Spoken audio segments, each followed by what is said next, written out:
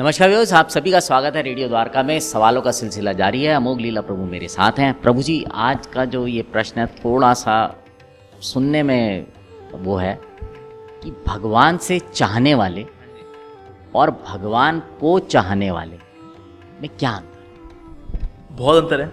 भगवान श्री कृष्ण भगवद गीता के अंदर बता रहे हैं कि जिनकी इच्छाएं भौतिक इच्छाओं द्वारा हर ली गई हैं, वो फिर क्या करते हैं, या तो देवी देवताओं के पास जाएंगे कि भाई मेरा अच्छा पति दिला दो, अच्छी पत्नी दिला दो उसके लिए, या फिर कोई संसारिक लाभ, यहाँ पे जिज्ञासु होते हैं, कोई दुखियारी आत्माएं हैं, ऐसे लोग भी कहीं भगवान के पास आते हैं। तो वहाँ बता रहे हैं भगवद गीता के अंदर, आर्तो जिज्ञासु अर्थार्थी ज्ञानी च भरतर्षभ, ये 4 प्रकार के लोग मेरे पास आते हैं। चतुर्विधा भजन्ते मां, 4 प्रकार के लोग मेरे पास आते हैं।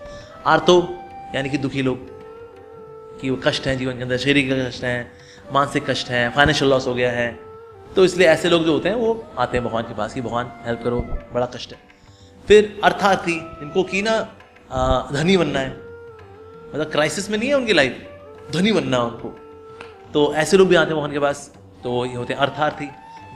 उसके बाद फिर जिज्ञासु, वो भी आते हैं भगवान के पास, ये क्या है भाई, क्या क्या चल रहा है, ये मूर्ति पूजा ठीक है नहीं है, ये क्या क्या तामझाम है आपका इस्कॉन के अंदर, ये पैसा आप लोग विदेश भेजते हो, क्या करते हो, क्या मतलब थोड़ा, तो कहीं जिज्ञासु लोग भी आते हैं। फिर ज्ञानी लोग भी आते हैं, मतलब कि उन्होंने शास्त्र तो पढ़े हैं लेकिन ना अभी रियलाइजेशन नहीं हो रहे उनको, तो ऐसे लोग भी आते हैं। तो ये इंक्रीजिंग ऑर्डर है। सबसे बेसिक लोग जो है ये अर्थार्थी और साथ में आर्थ यानी कि दुखी लोग, ये इससे ऊपर आते हैं जिज्ञासु, इससे ऊपर आते हैं ज्ञानी।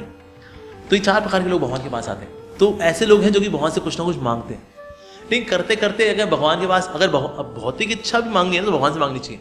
भगवान उस इच्छा को ऐसे पूरा करेंगे कि वो इच्छा ही खत्म हो जाती है।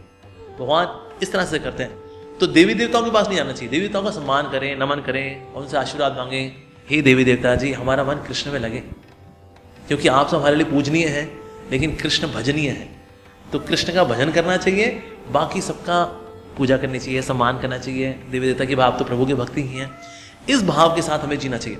तो ऐसे लोग भी होते हैं जो कि भगवान से कुछ ना कुछ मांगते हैं। तो भगवान कहते ठीक है, तुमको मेरे से कुछ चाहिए दे दूंगा, मैं तो नहीं चाहिए ना, नहीं आप बड़े बोरिंग हो, आपको कहाँ, मुझे आपकी माया चाहिए, माया दे दे। तो माया देती भी अच्छे से, धन धनाटे वगैरह सब देती भी अच्छे से देती है, माया देती है। लेकिन जो ज़्यादा समझदार लोग होते हैं, ये कुछ नहीं, ये चिंदीगरी वाली चीज़ें नहीं चाहिए हमें तो आप चाहिए जी। अच्छा, तो ऐसे लोग फिर भगवान की भक्ति में आते हैं। भगवान बीच में एल्योरमेंट भी देंगे, देखेंगे अरे भाई ले ले, धन वगैरह ले ले, पैसा वैसा ले, घूम फिर, और क्या। नहीं तो भक्त कहता है न धनम, हमें तो धन नहीं चाहिए। अच्छा, धन नहीं चाहिए, जन्म, फॉलोअर्स चाहिए, यूट्यूब में मैनी फॉलोअर्स, इतने सब्सक्राइबर, इतने कमेंट्स, ये कॉम्प्लीमेंट्स, अपोजिट जेंडर वाला तारीफ कर दे, अरे गुलगुलशन गुलफाम दे दूँ, चलने चाहिए जन्म, फॉलोअर्स, जन, हाँ जन्म, फॉलोअर्स भी नहीं चाहिए। अरे तो कृष्ण कहते फिर क्या चाहिए तेरे को? ओह सुंदरम, सोनी कुड़ी दिला दूँ, हैंडसम मुंडा दिला दूँ, चाहिए? अभी तो नहीं, कौन सा चाहिए? इंडियन चाहिए, रशियन चाहिए, स्विट्जरलैंड का चाहिए, अमेरिकन चाहिए, कौन सा चाहिए बता, अभी देता हूँ। सुंदरम ना सुंदरम, अरे धन नहीं चाहिए तेरे को, फॉलोअर नहीं चाहिए तेरे को, सोनी लड़की नहीं चाहिए, सोना मुंडा नहीं चाहिए, फिर क्या चाहिए तेरे को? ओ तू मोक्ष वाला होगा पक्की बात, इसको मोक्ष चाहिए भाई, ये हरिद्वार ऋषिकेश वाला है, घुमा बैठ के तपस्या कर रहा है, मेरे को मुक्ति चाहिए, मोक्ष चाहिए मेरे को, मेरा नाम मुकुंद है, मुक्ति बताता हूं मैं, दे दूंगा। भक्त कहता है नहीं, मेरे को तो मुक्ति की भी इच्छा नहीं। अरे ये कौन सी वैरायटी का बंदा है जी, इसको तो मोक्ष की भी इच्छा नहीं है, तो फिर तुझे क्या चाहिए? तो भक्त कहता है भवतात भक्तिर अहितुकी, मुझे तो भक्ति चाहिए अहितुकी, मतलब कि उसमें कोई हेतु ना हो, निस्वार्थ भक्ति, शुद्ध भक्ति वो चाहिए।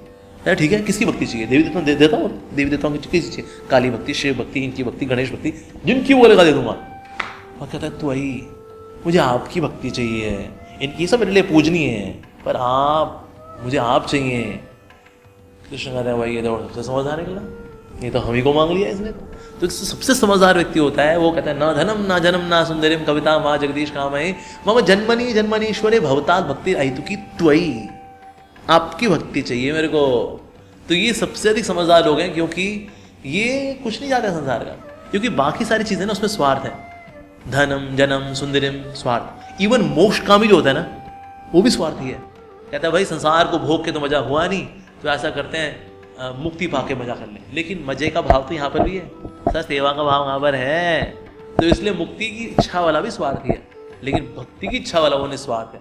तो भुक्ति मुक्ति सिद्धि कामी सकली अशांत, कृष्ण भक्त निष्काम अतएव शांत।